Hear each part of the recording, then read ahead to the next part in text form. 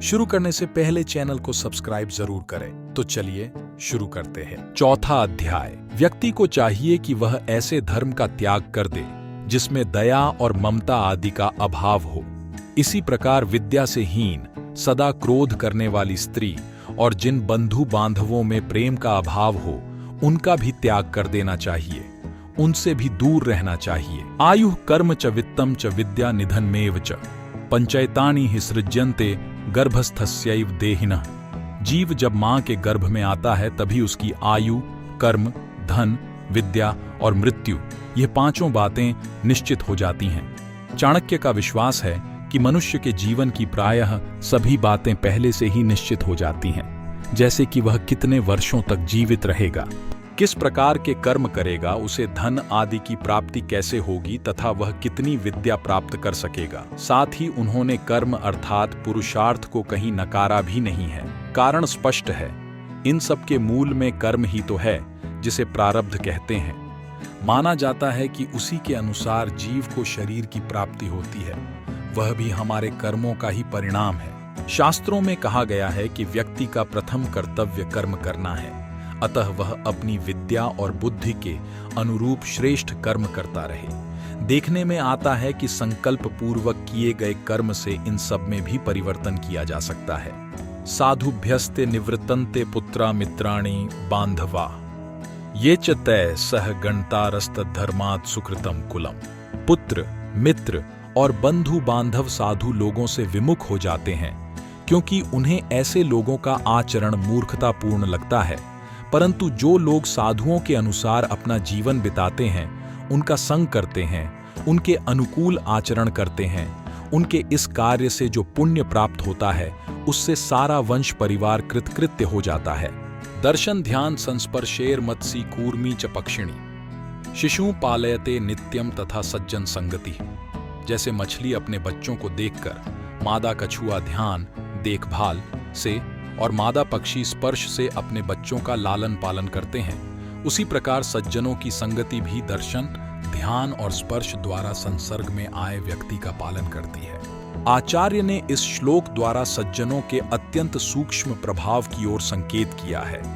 मान्यता है कि मछली अपनी दृष्टि से, मादा कछुआ ध्यान से तथा पक्षी स्पर्श से अपनी संतान का लालन पालन करते हैं। सज्जन भी दर्शन, ध्यान और स्पर्श से अपने आश्रितों को सुरक्षा प्रदान करते हैं और विकास में सहयोगी होते हैं।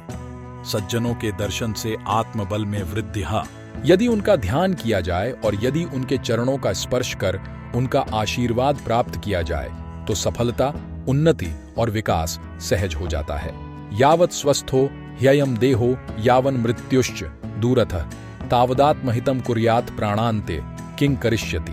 जब तक यह शरीर स्वस्थ तथा निरोग है और जब तक मृत्यु नहीं आती, तब तक व्यक्ति को अपने कल्याण के लिए धर्मयुक्त आचरण अर्थात पुण्य कर्म करने चाहिए, क्योंकि करने कराने का संबंध तो जीवन के साथ ही है। जब मृत्यु हो जाएगी, उस समय वह कुछ भी करने में असमर्थ हो जाएगा, अर्थात कुछ भी नहीं कर सकेगा। किसी को इस बात का ज्ञान नहीं कि मनुष्य का शरीर कब रोगों से घिर जाएगा। उसे यह भी मालूम नहीं कि मृत्यु कब होने वाली है। इसलिए मनुष्य को चाहिए कि जब तक वह जीवित है, अधिक से अधिक पुण्य कर्म करे, क्योंकि करने कराने का संबंध तो जीवन से है।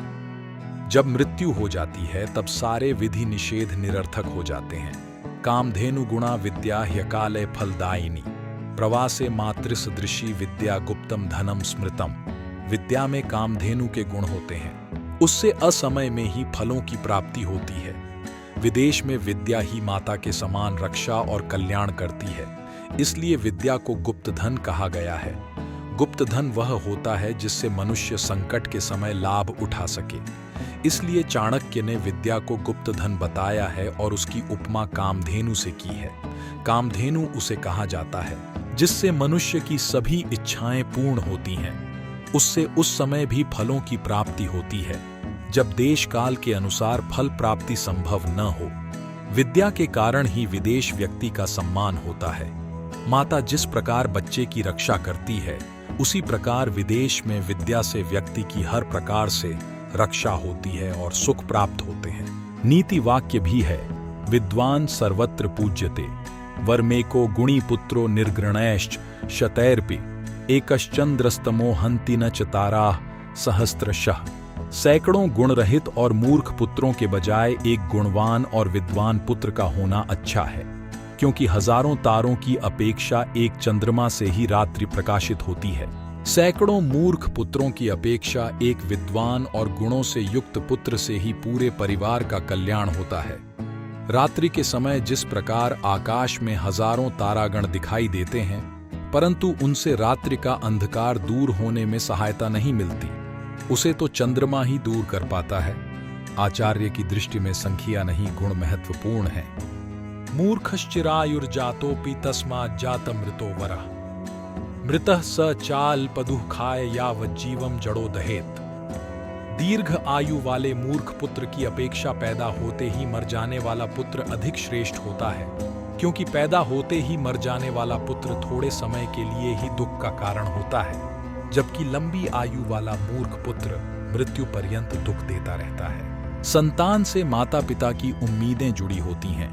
जब जन्मते ही संतान की मृत्यु हो जाती है तो माता पिता निराशा के अंधकार में डूब जाते हैं। भविष्य में इस मृत संतान को लेकर कोई सुख दुख की उम्मीद नहीं रहती है, जबकि मूर्ख जीवित पुत्र नित्य प्रति अपने माता पिता की आशा के टुकड़े टुकड़े करता रहता है। इस दुख से पहला दुख ज्यादा ठीक है। कुग्राम वासः कुलहीन सेवा कुभोजनम क्रोधमुखी च भार्या पुत्रश्च मूर्खो विधवा च कन्या विना गृणा षट प्रधन्ति कायम।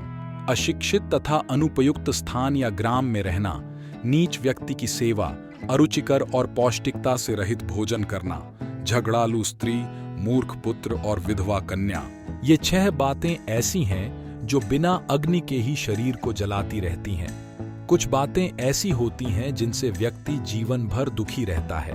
उनमें सबसे प्रमुख वह स्थान है जहां उसे लगातार रहना होता है।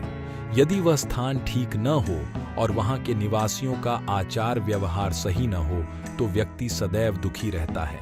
इसी प्रकार यदि किसी को नीच व्यक्ति की नौकरी करनी पड़े, गंदा, बासी और पौष्टिकता से रहित भोजन करना पड़े तो वह भी दुखदायी ही है। यदि स्त्री झगड़ालू हो, छोटी छोटी बातों पर झगड़ा करती हो तो गृहस्थ का सुख कैसे प्राप्त हो सकता है। पुत्र यदि हो और लड़की विधवा हो तो यह आयु भर का असहनीय क्लेश हो जाता है। ऐसी स्थितियों से बच पाना यदि संभव न हो तो मानसिक रूप से इससे निपटने के लिए तैयार रहना चाहिए। किंतया क्रियते धेन्वा या न दोग्ध्री न गर्भिणी कोर्थ पुत्रेण जातेन यो न विद्वान भक्तिमान। जिस तरह दूध न देने वाली और गर्भ न धारण करने वाली गाय से कोई लाभ नहीं, उसी प्रकार यदि पुत्र भी विद्वान और माता पिता की सेवा करने वाला न हो तो उससे किसी प्रकार का लाभ नहीं हो सकता।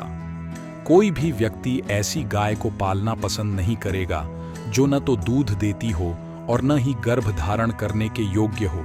इसी प्रकार ऐसे पुत्र से भी कोई लाभ नहीं जो न तो पढ़ा लिखा हो और न ही माता पिता की सेवा करता हो। संसार ताप दग्धानाम त्रयो विश्रांति हेतवः अपत्यम च कलत्रम च सताम संगतिरेव च।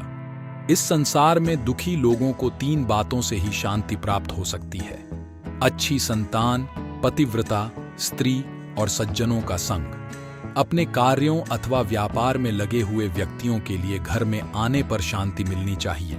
ऐसा तभी हो सकता है जब उसके पुत्र और पुत्रियां गुणी हों, स्त्री पतिव्रता और नम्र स्वभाव वाली हो तथा व्यक्ति के मित्र भले और सज्जन हों।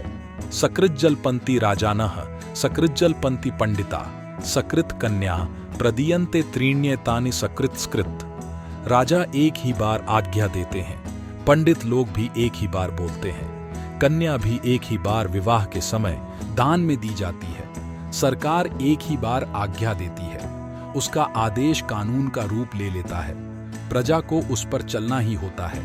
इसी प्रकार पंडित लोग भी किसी आयोजन में श्लोकादि एक ही बार बोलते हैं। ठीक इसी प्रकार कन्या का विवाह भी एक ही बार होता है। माता पिता अथवा अन्य संबंध रखने वाले कोई वचन देते हैं तो उसे निभाने का पूरा प्रयत्न किया जाता है। चाणक्य का कहना है कि ये कार्य ऐसे हैं जो केवल एक एक बार ही होते हैं, इन्हें बार बार नहीं दोहराया जाता। इनके संबंध में बार बार निश्चय बदलने से बात हल्की पड़ जाती है और उसका प्रभाव कम हो जाता है। हानि और समाज में अपयश दोनों प्राप्त होते हैं। इसी के साथ मिलते हैं अगले अध्याय में। अगर आपको वीडियो अच्छा लगा हो तो चैनल को सब्सक्राइब जरूर करें। आपका एक सब्सक्राइब मेरा प्रोत्साहन बढ़ाता है।